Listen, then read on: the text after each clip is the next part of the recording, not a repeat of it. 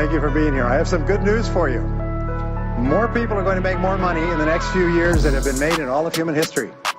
In the year 1900, there were 5,000 millionaires in America. In the year 2000, there were 5 million millionaires. That's an increase of 1,000 times. Now, there was a leveling off in 2001, 2002. In the last 2 years, the number of millionaires has jumped 33%. It's jumped to 8.2 million millionaires in America, and virtually all of them are self-made, which means they started without a pot to you-know-what in or a window to throw it out of. And they've made it in one generation. When we look at the wealthiest people in America today, Warren Buffett, Michael Dell, of course, Bill Gates, Paul Allen, and the Walton family, all first-generation multi-billionaires. We have a $12 trillion economy today that is growing at the rate of $500 to $600 billion a year, and all that money is going through somebody's fingers, and your job is to make sure it goes through yours. And is that a good goal for today? And my job is to show you how to do it.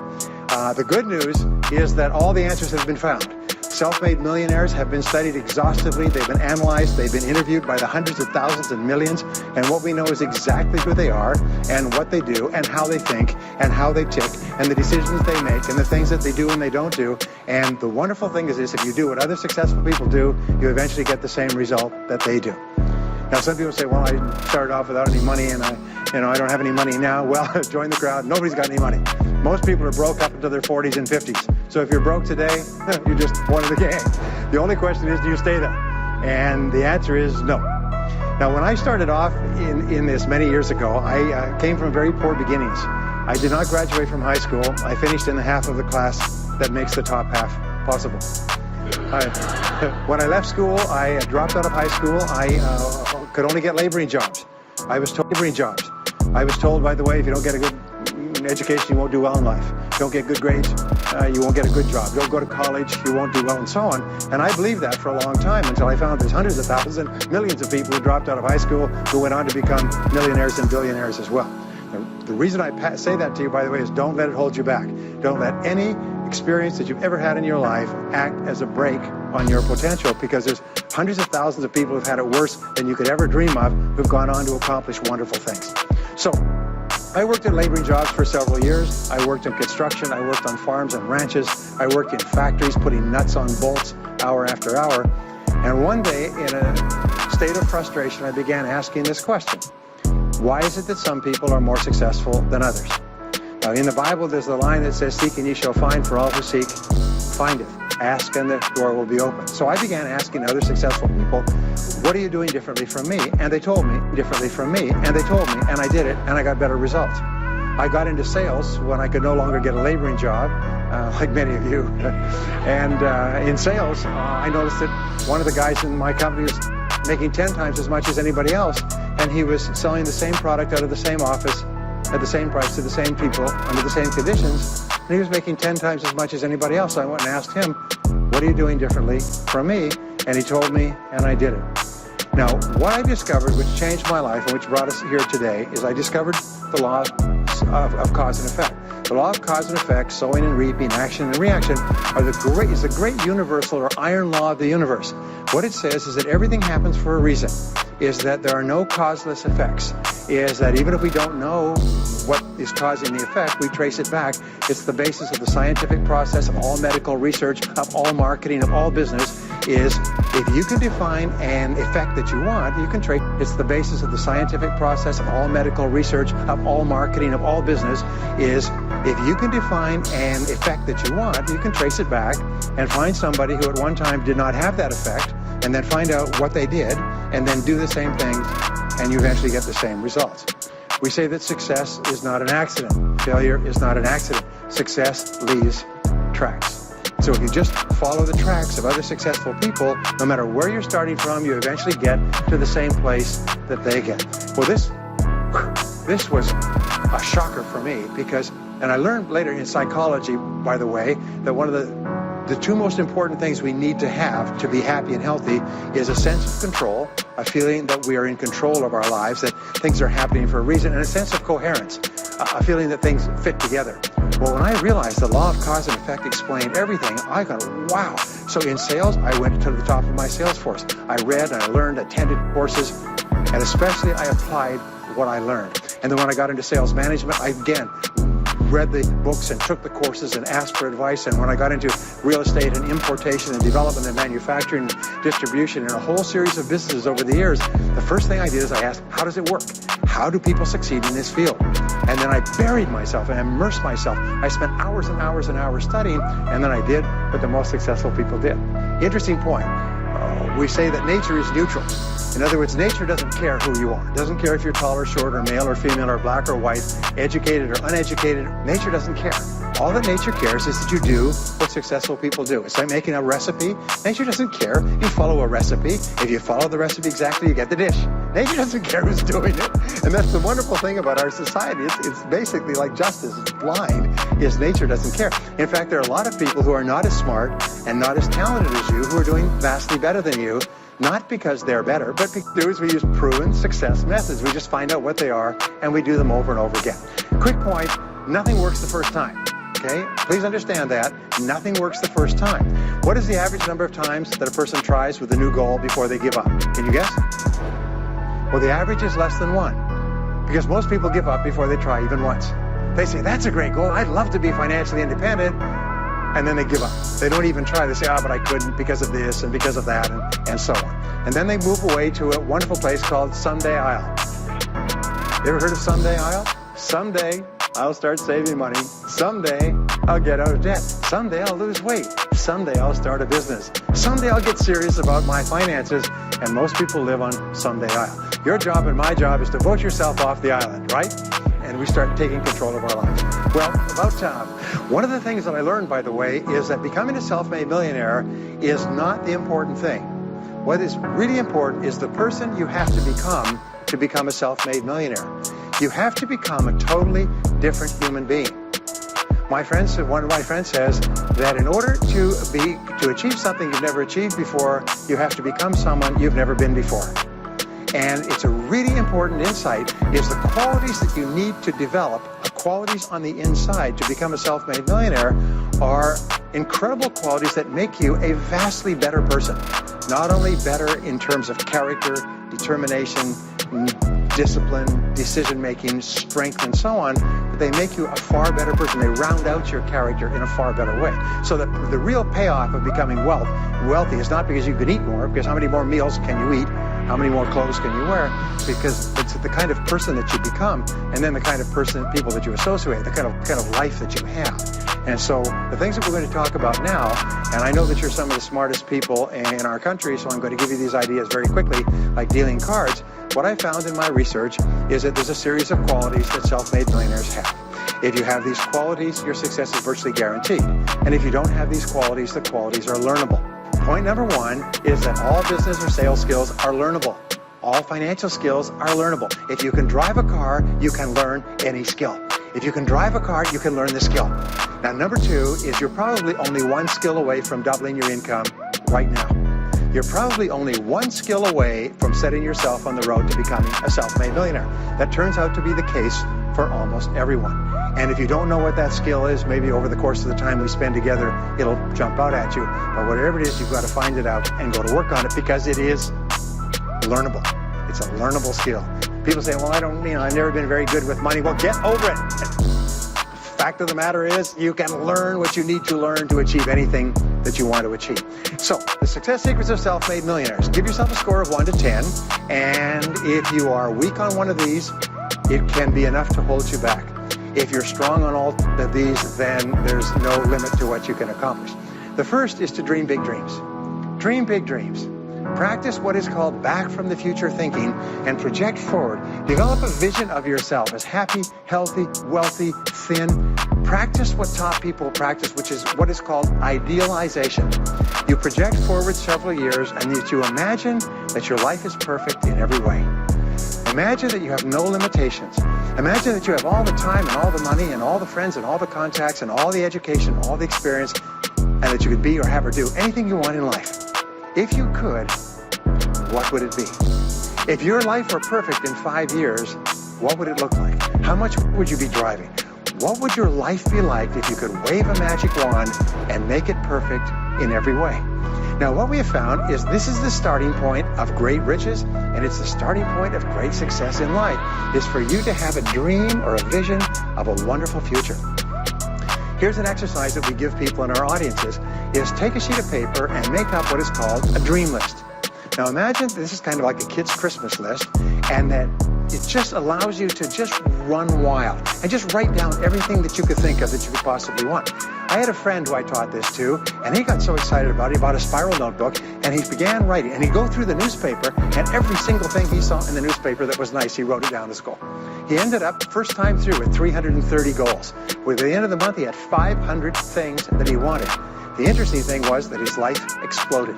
He activated the law of attraction, and he began to attract into his life people, circumstances, goals, and began to move the goals toward him. Number 2 is to do what you love to do. Whenever you find people who are really successful in life, they're people who do what they love to do. They love their work. The great rule for success in life is to find something that you love to do and then find a way to make a living doing it. Now, when you find what you love to do, it'll be something that gives you energy, it motivates you, it enthuses you. It's probably something that you were meant to do from the time you were born. And when you ask self-made millionaires, what sort of work do you do? They'll often say, I've never worked a day in my life. I just do what I like to do. So one of the things that you can do is go back to the time when you were young, as a child between the ages of 7 and 14, before you discovered boys or girls, and what is it that you really love to do? And you'll often find that within that is something you're supposed to do as an adult. Number 3 is commit to excellence. Now this is really, really important, and I had a hard time with this as a young man because I was never good at anything. I was never picked for any team, and if I was picked, I was the first person cut.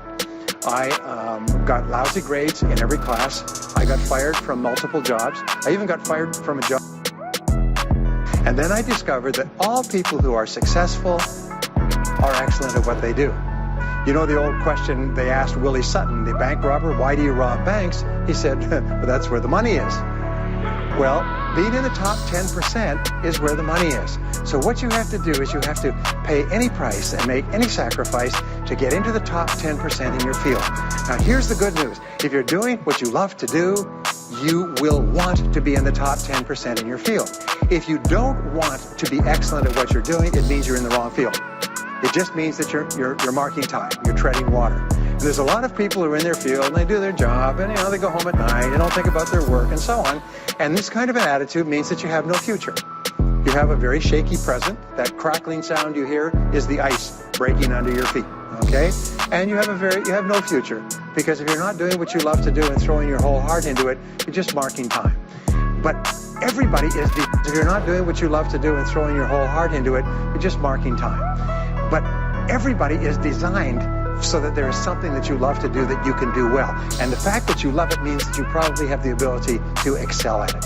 So make this decision to get into the top 10%. And let me tell you what changed my life. Here I was struggling in my late 20s, and I learned this. It was a breakthrough thought.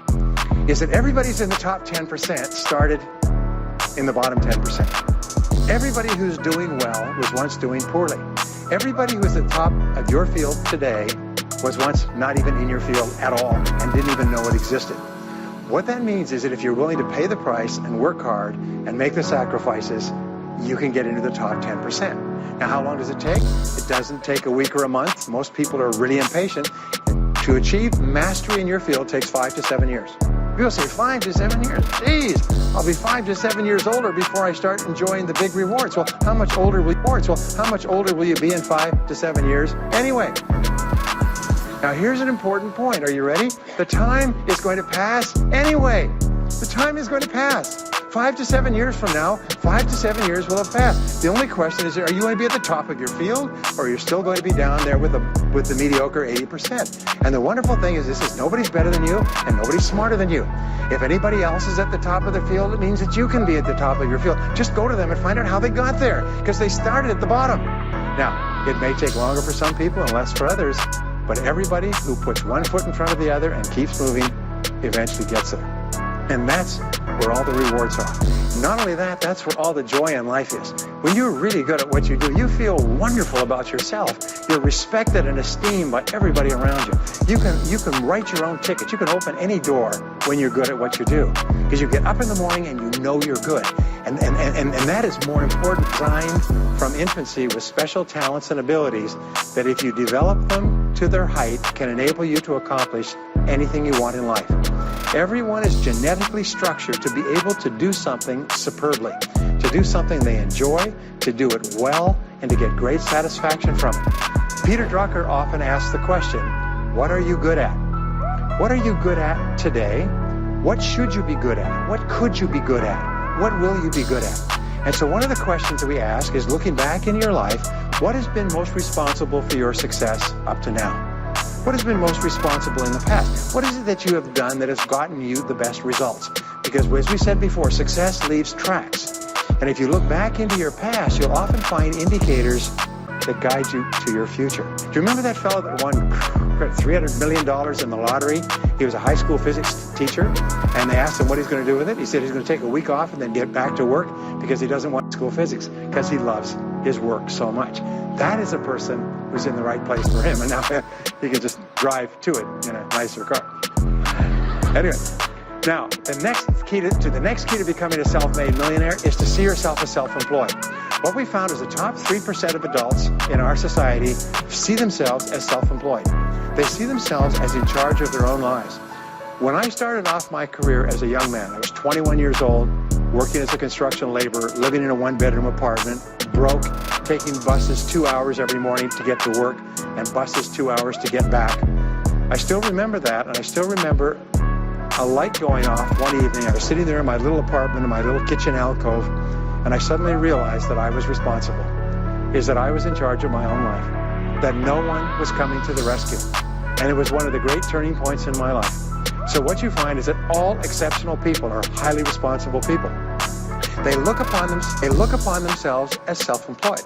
Sometimes I'll ask an audience, I'll say, how many people here are self-employed? And some people will raise their hand and some won't. I'll say, now what's the true answer to this question? And the true answer is that everyone is self-employed. The biggest mistake you can ever make is to ever think you work for anyone else but yourself.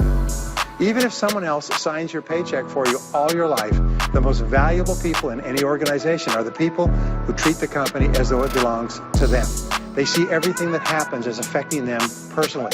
They're not the 9-to-5ers, the no-hopers that say, I go to work. When I'm not at work, I don't think about my work. These people, somebody has told them that's a clever way to think. It's the way losers think. Winners think about their company, and when they're not there, they think about how they can do it better.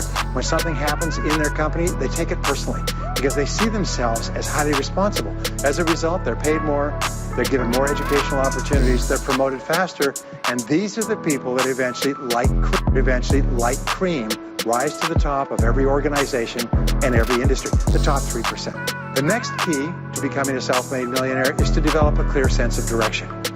Developing a clear sense of direction means that you need to become intensely goal-oriented. We find that all successful people are goal-oriented. There's an old saying, you can't hit a target that you can't see. You've got to know what you want in every area of your life. Some years ago, I worked with the Hunt Oil Company in Texas. The Hunt Oil Company was founded by H.L. Hunt, who became the wealthiest, self-made, multi-jillionaire billionaire in the world. At his peak, he owned 200 companies and had a royalty income of $3 million a day. Most phenomenal man, by the way. And he was interviewed by a friend of mine on television before he died in the early 70s. And he was asked, what are the secrets to success? He said, the keys to success have only been two through all my life, and I will tell you what they are. He said, number one, he said, decide exactly what it is you want and write it down and make a plan to achieve it. And number two is determine the price you're going to have to pay to get it and then resolve to pay that price. Now, where the law of sowing and reaping cause and effect, I learned an additional point to that. I learned that your current life today is the result of the price you've sown up to now. Is whatever you've put in, you get out. So whatever you're getting out today is a result of what you've put in. If you don't like what you're getting out, what you have to do is you have to put in something different. What I found is this, is that life is always just in the long run. So therefore, life says this, is there's a price you have to pay, and there's two qualities. First of all, you have to pay the price in full for your success of study, preparation, hard work, and so on. And second of all, you have to pay the price in advance. You don't get it afterwards. The way the world works is first you put in what you need to put in, and then you get out the rewards. So you have to ask yourself, what is the price that you have to pay to achieve the success that you desire? And you have to write it down and make a plan and work on it every day. Now let me give you a quick exercise with a lesson. Next is refuse to consider the possibility of failure. It's the most amazing darn thing is that the fear of failure is the greatest single obstacle to success in adult life. And it's not failure itself, because each one of you is a professional failure. Each one of you has failed over and over and over again. Isn't that true? All of us fail. All human beings fail over and over. 9 out of 10 things that we try don't work out the way we expected. We have failures in relationships and in jobs and in careers and investments and everything. It's not the failure that holds you back. The failure makes you smarter. We say that it is the fear of failure, not failure, that holds you back. And the way that you overcome failure is you never consider the possibility of failure. The rule is this, is there's no such thing as failure, there's only feedback. Is when you try something that doesn't work, you get feedback, not failure. And recognize that most things you try aren't going to work the first few times. So what you do is you say, oh, that's an interesting bit of feedback, and you pick yourself up, and you move forward, and you have more feedback, and you move forward. To become a self-made millionaire, you're going to fail over and over again, year after year after year. But your brain has a cybernetic mechanism, which means that sometimes you try something, you get feedback, which makes you smarter. And when you try something else, you get feedback, which makes you smarter. And eventually you reach the point where you're too smart and you stop making mistakes. You start to do more and more things right and fewer things wrong. But you can't get there unless you have experienced the failures. Henry Ford once said that failure is merely an opportunity to more intelligently begin again. Now let me pass on one great rule to you, which has been discovered in interviewing self-made millionaires. Self-made millionaires look into every failure for something good. They say there's got to be something good in this that I can benefit from, and surprise, surprise, they always find it. Second is self-made millionaires always seek the valuable lesson in every setback or obstacle or temporary failure, and they always find the lesson. Now, what do failures do? Failures whine and cry and think about what they've lost and blame their problems on someone else. Successful people say, what can I learn from this that will make me smarter next time? And my promise to you, those who seek find, is that if you go looking for a valuable lesson in the biggest problem that you're facing today, you'll always find the lesson. Here's another possibility. Your biggest problem today could be the biggest gift that you have ever received, because it makes. So let me just leave you with these last points. We're living at the very best time in all of human history. More people are going to make more money in the next few years than have ever been made in all of human history. More people are going to become millionaires and are becoming millionaires today at a faster rate than we've ever thought possible. And no one is better than you, and no one is smarter than you. And if you do what other self-made millionaires do, then nothing in the world can stop you from eventually getting the same results as other self-made millionaires. And I hope you do.